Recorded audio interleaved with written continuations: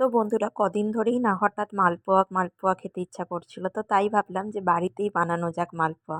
তো চলো, প্রথমে কিন্তু আমি এই বাটির হাফ বাটির 1/4 ভাগ নিয়ে নিয়েছি সুজি। আর এইদিকে কিন্তু আমি একটু ময়দাও নিয়ে নিলাম, মানে এই বাটির মাপ করেই কিন্তু আমি মেজারমেন্টটা নিয়ে নিয়েছি।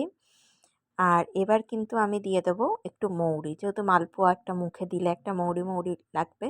তো এইদিকে কিন্তু আমি চিনিটাও দিয়ে দিলাম এই বাটির, মানে এই বাটির সব মাপ করেই আমি যতটা করব ততটাই আমি আন্দাজ মতো দিয়ে দিলাম চিনিটা।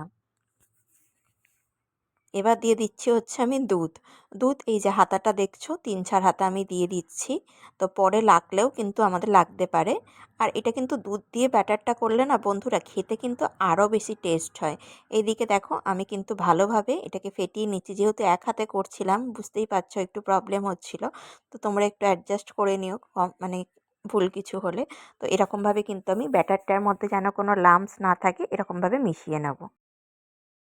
তো বন্ধুরা দেখো ব্যাটারটা কিন্তু ভালোভাবে মিশিয়ে নিয়েছি। মেশাতে মেশাতে একদিকেই কিন্তু ঘোরাতে হবে, যেন কোনো মানে দুদিকে যে ঘোরাবো সেরকম না। আর দেখো এই থিকনেসটা কিন্তু এরকম হবে। এরকমভাবে কিন্তু আমি এটাকে 5-10 মিনিটের জন্য রেখে দেবো। এবার কড়াই বসিয়ে নিয়েছি।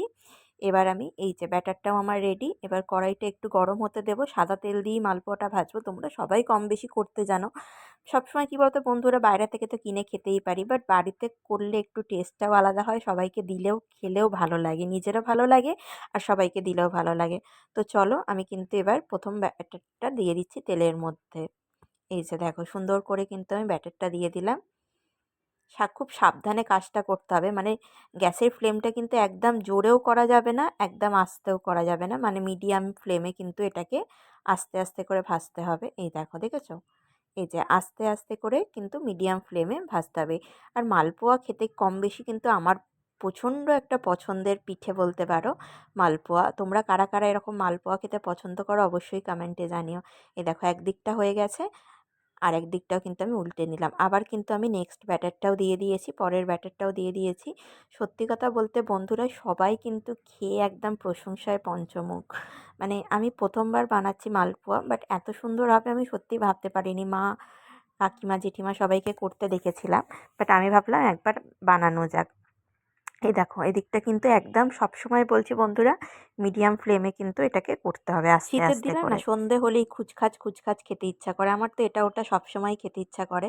তাই জন্য আমিও খাচ্ছি আর বাড়ির সবাইকে বানিয়ে খাওয়াচ্ছি। এই দেখো মালপোয়াটা, সত্যি কথা বলতে যেহেতু চিনি দিয়েছিলাম আর চিনির শিরাতে ভেজানোর দরকার নেই। এই যে সব কটা কিন্তু মালপোয়া আমার ভাজা একদম কমপ্লিট। এবার শুধু খাওয়ার পালা। এই যে সুন্দর করে একদম সাজিয়ে গুছিয়ে রেখেছি, এবার সবাইকে দেওয়ার পালা, খাওয়ার পালা। তো ভিডিওটা কেমন লাগলো জানিও, যদি ভালো লাগে please like comment share subscribe করবে, যারা ফেসবুক পেজ থেকে দেখছো তারা ফলো করে পাশে থেকো। তো চলো আজকের মতো টাটা, তোমরাও রেসিপিটা ট্রাই করো আর জানিও কেমন লাগলো।